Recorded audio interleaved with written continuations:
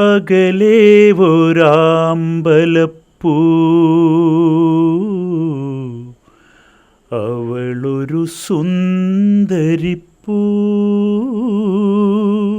അമ്മയുടെ കണ്ണിന്ന് കണ്ണീരല്ല വരുന്നത്, ചോര. പക്ഷേ യഥാർത്ഥത്തിൽ ഞാൻ അന്നാണ് ഉമ്മ കരയുന്നത്, ശരിക്കും നെഞ്ചുപൊട്ടി കരയുന്നൊരു കാഴ്ച. ഉമ്മ വർഗീസ് മാഷോട് പറഞ്ഞു, മാഷേ റിസൾട്ട് ഒന്ന് അറിഞ്ഞിട്ട് പോയാൽ പോരെയെന്ന്. ടീച്ചറെ വട്ടുണ്ടോ നിങ്ങൾക്ക്? ഉമ്മയോട്. മലപ്പുറം ജില്ലയ്ക്ക് ലളിതഗാനത്തിലോ പ്രൈസോ? ശരിക്കും ലളിതഗാനം അതായിരുന്നത്ര എൻ്റെ 10ാം ക്ലാസ്സിലെ സമ്മാനത്തിൻ്റെ റിമാർക്സ് കോളത്തിൽ ജഡ്ജസ് എഴുതി വെച്ചതെന്നാണ് പിന്നെ എനിക്ക് അറിയാൻ കഴിഞ്ഞത്. കരഘോഷമായിരുന്നു ഗ്രൗണ്ടിൽ. മനസ്വിനി മധുമാലിനി നീ എവിടെ. സ്കൂൾ കലോത്സവത്തിന് 4-ാം തീയതി കൊല്ലത്ത് വേദി ഉണരുകയാണ്. താങ്കൾക്ക് മുൻപ് ഒരു സംസ്ഥാന കലോത്സവത്തിൽ വിജയിച്ച ഒരു ഓർമ്മ അതെങ്ങനെ പങ്കുവെക്കും? സംസ്ഥാന കലോത്സവം ഇപ്പോൾ കൊല്ലത്ത് 62ാമത്തെ കലോത്സവമാണ്.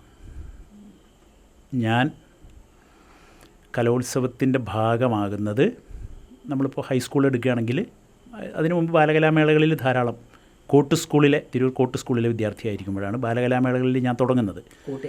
കോട്ടി IMUP സ്കൂൾ. അപ്പോൾ അന്ന് ഏകദേശം നമ്മളൊരു LP വിഭാഗം തുടങ്ങുക എന്ന് പറയുന്നത് നമ്മളിപ്പോൾ പാടി തുടങ്ങുക ഒരു 2ാം ക്ലാസ്സിൽ നിന്നോ 3ാം ക്ലാസ്സിൽ നിന്നോ ആവുമല്ലോ, 2 കൊല്ലം അത്. പിന്നെ UP. ഇപ്പോൾ UP വിഭാഗത്തിലും LPയിലൊക്കെ നമുക്ക് സബ് ജില്ല വരെ ഉള്ളൂ അന്ന്. സ്കൂളിൽ നിന്നൊരു സെലക്ഷൻ, ദെൻ സബ് ജില്ല കഴിഞ്ഞു. പിന്നെ ഈ ഇന്നത്തെ പൊലിമയൊന്നുമില്ല കലോത്സവങ്ങൾക്ക്. അപ്പോൾ അതിലിങ്ങനെ എല്ലാ മത്സരങ്ങളിലും പങ്കെടുക്കും. ലളിതഗാനത്തിന് സിനിമാ പാട്ട് പാടാവുന്ന കാലഘട്ടം. അപ്പോൾ അന്ന് ആ കാലത്തിൽ ഹിറ്റായ കുറേ പാട്ടുകളൊക്കെ പാടിക്കൊണ്ട് അങ്ങനെ തുടങ്ങി. പിന്നെ ഹൈസ്കൂള് 8, 9, 10. ഹൈസ്കൂളിൽ നിന്നാണ് നമ്മൾ യുവജനോത്സവങ്ങളെ പരിചയപ്പെടുന്നത്. അന്ന് ശരിക്കും യുവജനോത്സവം എന്നാണ് പറയുന്നത്. അത് തുടങ്ങി 8ാം ക്ലാസ്സിൽ നിന്ന് ഞാൻ പദ്യപാരായണത്തിന് പങ്കെടുത്തിരുന്നത്. പദ്യപാരായണം, കഥാപ്രസംഗം, തബല, ലളിതഗാനം, സംഘഗാനം, ഇത്രയാണ്. അപ്പോൾ ഈ ഇനങ്ങളിലൊക്കെ പങ്കെടുക്കുക. മാപ്പിളപ്പാട്ട് അന്നില്ല. എനിക്ക് പദ്യപാരായണത്തിനാണ് 8ാം ക്ലാസ്സിൽ നിന്ന് സമ്മാനം കിട്ടുന്നത്. എല്ലാത്തിനും പങ്കെടുത്തു, സ്റ്റേറ്റിലെത്തിയത് അതാണ്. പദ്യപാരായണത്തിന് 2nd കിട്ടി. അത് ഞാൻ ആദ്യം ഓർക്കുമ്പോൾ വൈലോപ്പിള്ളി ശ്രീധരമേനോൻ്റെ മുമ്പിലാണ് ഞാൻ പാടിയത്. എനിക്കറിയില്ലായിരുന്നു മുന്നിലിരിക്കുന്ന ഒരു വിധികർത്താവ് വൈലോപ്പിള്ളിയാണെന്ന് എനിക്കറിയില്ല. കാരണം പ്രഗത്ഭനല്ലേ. അപ്പോൾ ഞാൻ പാടി, 8ാം ക്ലാസ്സിലൊരു കുട്ടിയായിട്ട് പാടി. എനിക്ക് 2nd കിട്ടി. അത് വള്ളത്തോളിൻ്റെ ഗദ്യമഞ്ജരിയിലെ ഓരോ മലരിലും ഓരോ തളിരിലും ഓടിക്കുഴങ്ങേണ്ട നേത്രമേന്നി ഉദ്യാനദേവത എന്ന് പറയുന്ന കവിതയായിരുന്നു. നമ്മളൊക്കെ സ്കൂളിൽ പഠിച്ചതാണ്. 9ാം ക്ലാസ്സിൽ നിന്ന് കഥ പറഞ്ഞു. കഥാപ്രസംഗത്തിന് പഴയ പാട്ട്, ONVയുടെ പഴയ പാട്ട്. കഥാപ്രസംഗത്തിന് സ്റ്റേറ്റിലാണ് പറയുന്നത്. കഥാപ്രസംഗത്തിന് 2nd, തബലയ്ക്ക് 3rd പാലക്കാട് വെച്ചായിരുന്നു. 10ാം ക്ലാസ്സിൽ 81, 82 എൻ്റെ അഭിമാനാർഹമായ ആദ്യത്തെ സ്റ്റേറ്റിലെ 1ാം സ്ഥാനം. അത് ലളിതഗാനത്തിൽ. ആ ഓർമ്മ പങ്കുവയ്ക്കുമ്പോൾ പിന്നെ നമ്മൾ ജില്ലയിൽ നിന്ന് നേരെ സ്റ്റേറ്റിൽ പോയി. തിരൂർ വിദ്യാഭ്യാസ ജില്ലയിൽ നിന്ന് ഒപ്പന പോയിരുന്നു, തിരുവാതിരക്കളി പോയിരുന്നു. പിന്നെ ഈ സാഹിത്യ ഇനങ്ങൾ അല്ലെങ്കിൽ ലിറ്റററി ഇനങ്ങൾ നമ്മൾ പറയുന്ന വിഭാഗത്തിൽ എന്തോ പെൻസിൽ ഡ്രോയിങ്, പ്രസംഗം, അങ്ങനെ എന്തൊക്കെയോ ഉണ്ടായിരുന്നു. ലളിതഗാനം ഞാനും. അപ്പോൾ ലളിതഗാനം അവസാന ദിവസമാണ്. 3 ദിവസമോ 4 ദിവസമുള്ള കലോത്സവങ്ങളിൽ കണ്ണൂരിൽ പിന്നെ ലളിതഗാനം അവസാന മത്സരം. TM ജേക്കബ് സാറാണ് വിദ്യാഭ്യാസ മന്ത്രി എന്നെൻ്റെ ഓർമ്മ. നായനാരാണ് മുഖ്യമന്ത്രി.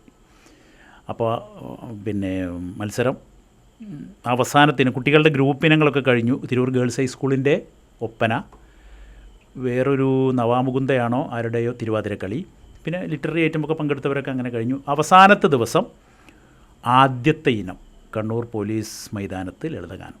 അപ്പോൾ ഓർമ്മയാണ് കേട്ടോ, കൃത്യമായി ഇങ്ങനെ ഓർക്കുകയാണ് ഞാനപ്പോൾ. ഉമ്മയൊക്കെ ഇങ്ങനെ മനസ്സിൽ ഓർക്കുകയാണ്. ഉമ്മ ലീവൊക്കെ എടുത്ത് എൻ്റെ സഹോദരിമാരൊക്കെ കൂട്ടി. ഉമ്മയ്ക്ക് ടീച്ചറായതുകൊണ്ട് സ്കൂളിൻ്റെ രീതികളൊക്കെ അറിയാം. ആരൊക്കെയാണ് പരിപാടി കാണാൻ എത്തിയിരുന്നത്?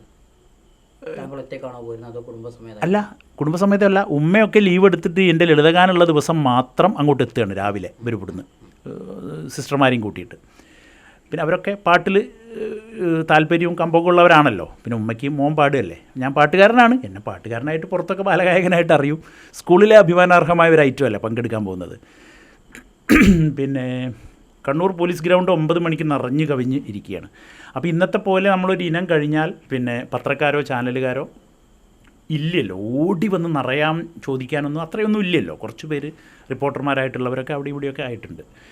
പോലീസ് മൈതാനത്ത് 9 മണിക്കോ 9:30ക്കോ മത്സരം തുടങ്ങി. അപ്പോൾ തലേ ദിവസം എസ്കോർട്ടിംഗ് ടീച്ചേഴ്സ് അരിയല്ലൂർ സ്കൂളിലെ ഒരു മാഷും ഗേൾസ് ഹൈസ്കൂളിലെ വർഗീസ് മാഷും പിന്നെ ഒരു ടീച്ചറുമായിരുന്നു, ഒരു ലേഡി ടീച്ചറുമായിരുന്നു എസ്കോർട്ടിങ്. അവർ കണ്ണൂരെത്തി. അപ്പോൾ ഉമ്മ പറഞ്ഞു, മോനെ ഞാൻ തലേദിവസം ഞങ്ങൾ മക്കളെല്ലാം കൂടെ ഞങ്ങൾ ഒരു റൂം എടുക്കുന്നു, അവനെ ഒന്ന് നെഞ്ഞത്ത് ചൂട് പിടിച്ച് കഴുത്തിൽ ചൂട് പിടിച്ച് ലളിതഗാനമല്ലേ എന്നൊക്കെ പറഞ്ഞു. ഉമ്മ എന്നെ വളരെ ശ്രദ്ധിച്ച്, അതിൻ്റെ മുമ്പ് തന്നെ ഉമ്മയ്ക്ക് എന്നെ പാട്ടിൽ എന്നെ സൂക്ഷിക്കേണ്ടത് എങ്ങനെയാണെന്ന് ഉമ്മയ്ക്ക് അറിയാമല്ലോ, കുട്ടിക്കാലം മുതൽ പാടുന്നതല്ലേ. അങ്ങനെ ഞങ്ങൾ എവിടെയോ ഒരു പിന്നെ സ്ഥലത്ത് പോയി റൂമെടുത്ത് രാവിലെ ചുടുവെള്ളത്തിൽ കുളിപ്പിക്കുകയാണ് ഉമ്മ, ശ്രദ്ധിച്ച് കുളിപ്പിച്ച്. പിന്നെ നോൺ വെജ് ഒന്നും കഴിക്കേണ്ട, തൊണ്ടയ്ക്ക് മുളക് അത് ഇത് എന്നൊക്കെ പറഞ്ഞ് ശ്രദ്ധിച്ച് വെജിറ്റേറിയൻ ഹോട്ടലിൽ കയറിയിട്ട് വളരെ സിമ്പിളായിട്ട്, എരിവും പുളിയൊക്കെ പ്രശ്നമാണെന്നുള്ളതുകൊണ്ട് വളരെ സിമ്പിളായി ഭക്ഷണം കഴിച്ച് പോലീസ് ഗ്രൗണ്ടിലെത്തുന്നു. പിന്നെ കുട്ടികൾ നറുക്കെടുക്കുന്നു. അപ്പോൾ ലളിതഗാനം എന്ന് പറഞ്ഞാൽ പാലക്കാടിൻ്റെയും തിരുവനന്തപുരത്തിൻ്റെയും തുടങ്ങി കുറച്ച് തെക്കോട്ട് നമ്മൾ എടുക്കുന്ന നാടുകളുടെ ഒരു കുത്തകയായിട്ട് മാത്രം നിൽക്കുന്ന ഒരു കാലഘട്ടം. കാരണം തിരുവനന്തപുരം സ്വാതി തിരുനാൾ അക്കാദമി, പാലക്കാട് ചെമ്പൈ അക്കാദമിയും ചിറ്റൂർ സംഗീത കോളേജും, ഇവിടെയൊക്കെ ബേസ് ചെയ്തുള്ള പഠിക്കുന്ന കുട്ടികൾക്ക് മാത്രമാണ് അത് അവകാശപ്പെടാനുള്ളത് എന്നുള്ള രീതിയിലാണ് ലളിതഗാനമൊക്കെ ആ കാലം വരെ നിൽക്കുന്നത്. ഞാൻ പാടുന്നു, നേരെ പാടി, സിമ്പിളായൊരു പാട്ടായിരുന്നു, വെരി സിമ്പിൾ. ഓ പിന്നെ പാട്ട് ഓർമ്മയില്ലാതെ. അകലെ ഒരാമ്പലപ്പൂ അവളൊരു സുന്ദരിപ്പൂ, കവിളോ നനഞ്ഞിരിപ്പൂ, കരളോ തളർന്നു നിൽപ്പൂ, കരളോ തളർന്നു നിൽപ്പൂ, കാറ്റേവാ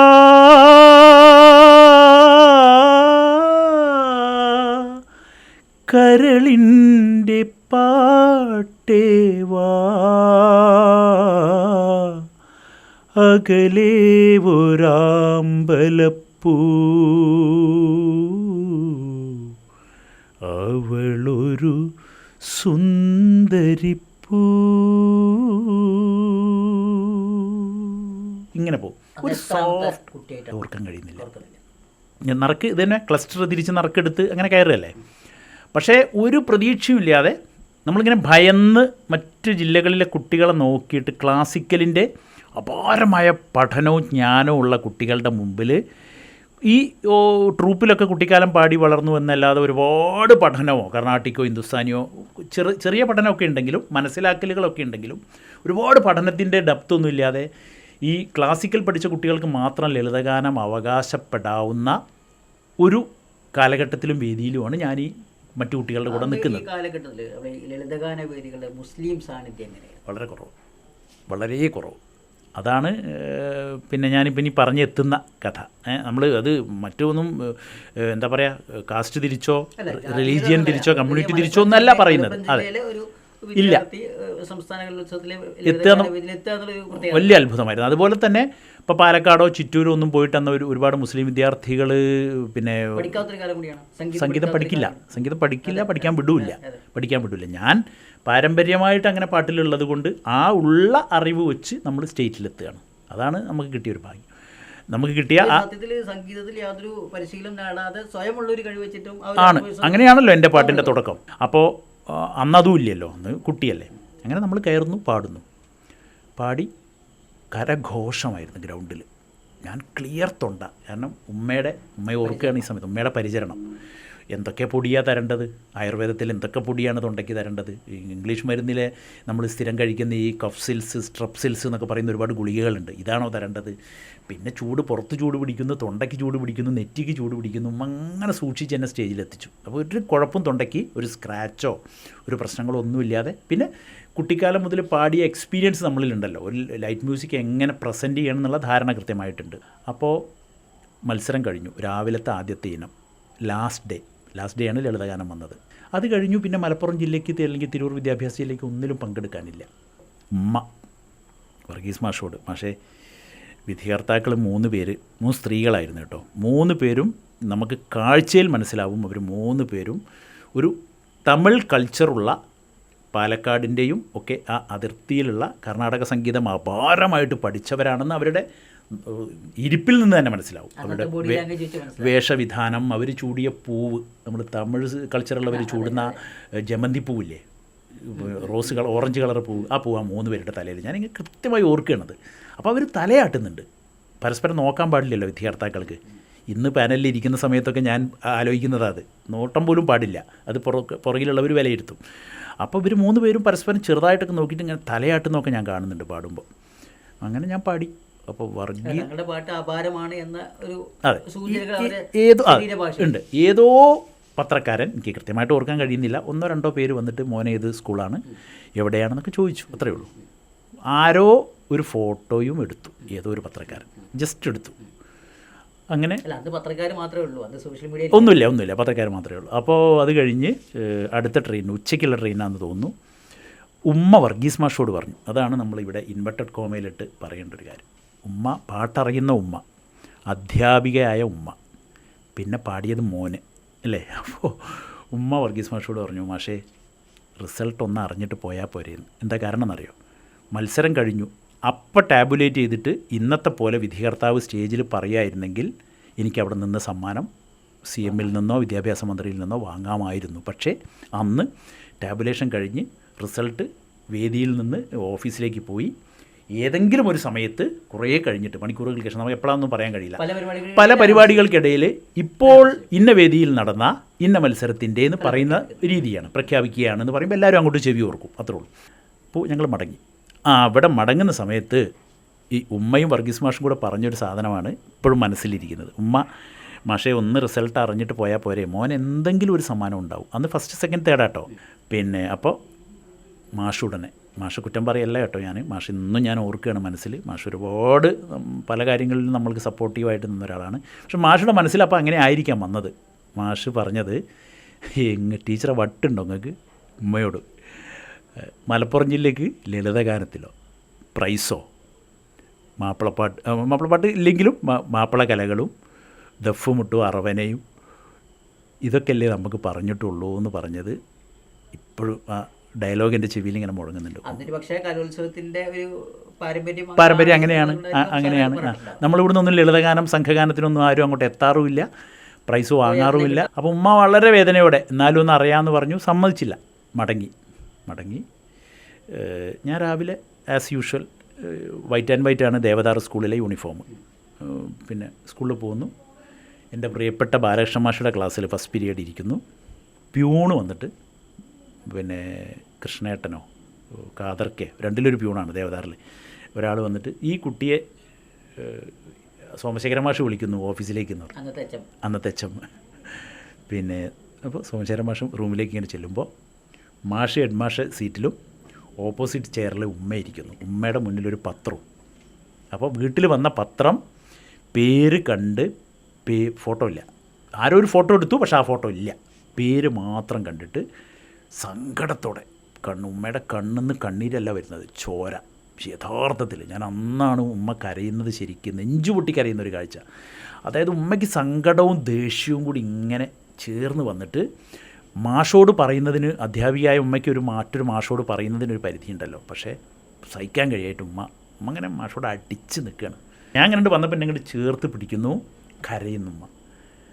എൻ്റെ കുട്ടിക്കാണ് ഫസ്റ്റ് പേപ്പറിലുണ്ട് എന്നൊക്കെ പറഞ്ഞു, പേര് മാത്രം ലളിതഗാനം 1ാം സ്ഥാനം. അപ്പോൾ മാഷോട് ഉമ്മ ചോദിക്കുന്നത് എന്താ അറിയോ, മുഖ്യമന്ത്രിയുള്ളൊരു വേദിയിൽ, വിദ്യാഭ്യാസ മന്ത്രിയുള്ളൊരു വേദിയിൽ, മറ്റു മന്ത്രിമാരും പലരും ഉള്ള വേദിയിൽ നിന്ന് അഭിമാനാർഹമായ ലളിതഗാനം എന്നൊരു ഇനത്തിന് ഇനി നിങ്ങൾ എങ്ങനെയാണ് എൻ്റെ മോന് ഒരു പ്ലാറ്റ്ഫോം കെട്ടിയിട്ട് നിങ്ങൾ CM കൊടുന്ന് പ്രൈസ് വാങ്ങിക്കൊടുക്കുമെന്ന് ചോദിച്ചു.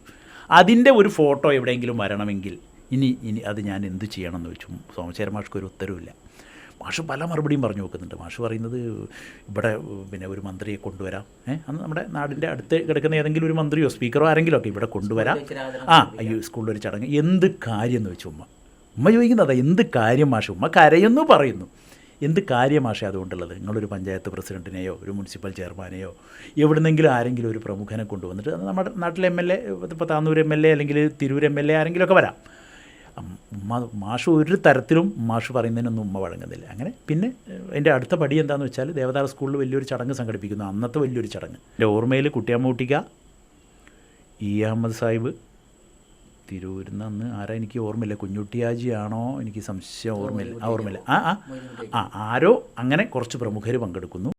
എന്നാൽ എൻ്റെ ഓർമ്മ കേട്ടോ, പങ്കെടുത്തവരെ കൃത്യമായിട്ട് ഓർക്കുന്നില്ല. അവരൊക്കെ വന്ന് കണ്ണൂർ പോയി പെർമനൻ്റായ ഒരു ട്രോഫിയും സ്കൂളിനൊരു ട്രോഫിയും സർട്ടിഫിക്കറ്റും ഇത്രയും കാര്യങ്ങളാണ് നമ്മൾ അവിടുന്ന് അത് ഇവർ പോയി വാങ്ങിക്കൊണ്ടുവരുന്നു. അതിനുശേഷം ഇത് ഒരുപാട് അധ്യാപകർ കുറേ പുസ്തകങ്ങൾ, എനിക്ക് വായിക്കാനുള്ള പുസ്തകങ്ങളൊക്കെ ഇതിൻ്റെ പുറമെ ഓരോ സമ്മാനം ഇങ്ങനെ കിട്ടുമ്പോൾ ഒരു കുട്ടിക്കൊരു സന്തോഷമല്ലേ.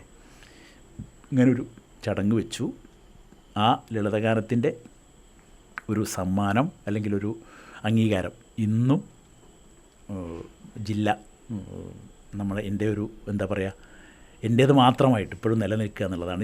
തിരുവനന്തപുരത്ത് ഞാൻ 6ൽ പഠിക്കുന്ന വെക്കേഷൻ, 6ാം ക്ലാസ്സിലോ 5ാം ക്ലാസ്സിലോ പഠിക്കുന്ന സമ്മർ വെക്കേഷനില്ലേ, അപ്പോൾ പിന്നെ ഓരോ സ്കൂളിൽ നിന്നും ഓരോ സബ് ജില്ല തിരിച്ച് സ്കൂളിൽ പ്രതിഭകളായി തിളങ്ങി നിൽക്കുന്ന ആൺകുട്ടികളെയും പെൺകുട്ടികളെയും സർക്കാർ ചെലവിൽ തിരുവനന്തപുരം ജവഹർ ബാലഭവനിൽ കനകക്കുന്ന് കൊട്ടാരത്തിനോട് ചാരിയിട്ട് ഇന്നും ഉണ്ട്. അത് ഞാനിപ്പോൾ അടുത്തൊക്കെ ഷൂട്ടിങ്ങിനൊക്കെ പോകുമ്പോൾ അവിടെ പോയി കാണാറുണ്ട്. അതൊരു ഓർമ്മയാണ് എനിക്ക്. ജവഹർ ബാലഭവനിൽ ഒരു മാസത്തെ ക്യാമ്പ്. അപ്പോൾ 2 അധ്യാപകരാണ് പാട്ട് പഠിപ്പിച്ചിരുന്നത്. ഞാൻ പാട്ടിന് ചേരും എന്നുള്ളത് ഉറപ്പല്ലേ. എൻ്റെ സിസ്റ്ററും ഞാനും പോയ ഒരു വർഷമുണ്ട്. അവൾ വേറൊരു സ്കൂളിൽ നിന്ന്, ഞാൻ വേറൊരു സ്കൂളിൽ. ഞാൻ കോട്ട് സ്കൂളിൽ നിന്ന്, അവൾ എഴൂർ ഹൈസ്കൂളിൽ നിന്ന്. അപ്പോൾ പിന്നെ ജനങ്ങൾ തെറ്റിദ്ധരിക്കും, MS സുബലക്ഷ്മി അല്ല, R സുബലക്ഷ്മി.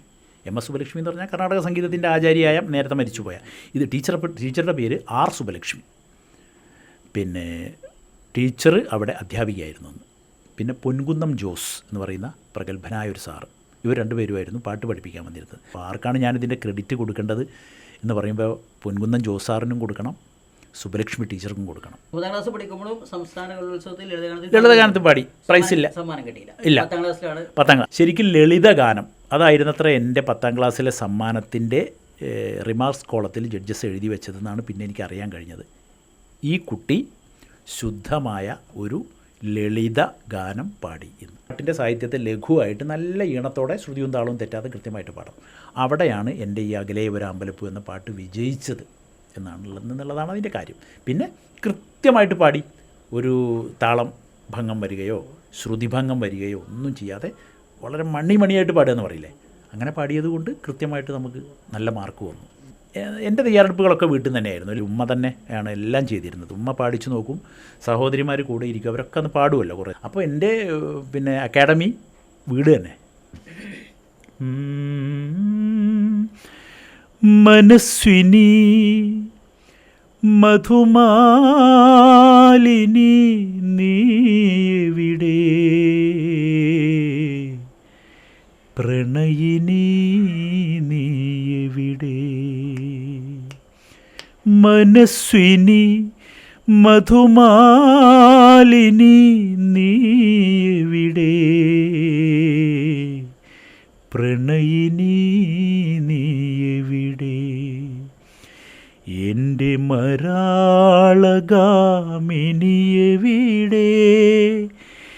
എൻ്റെ മരാളഗാമിനിയെവിടെ,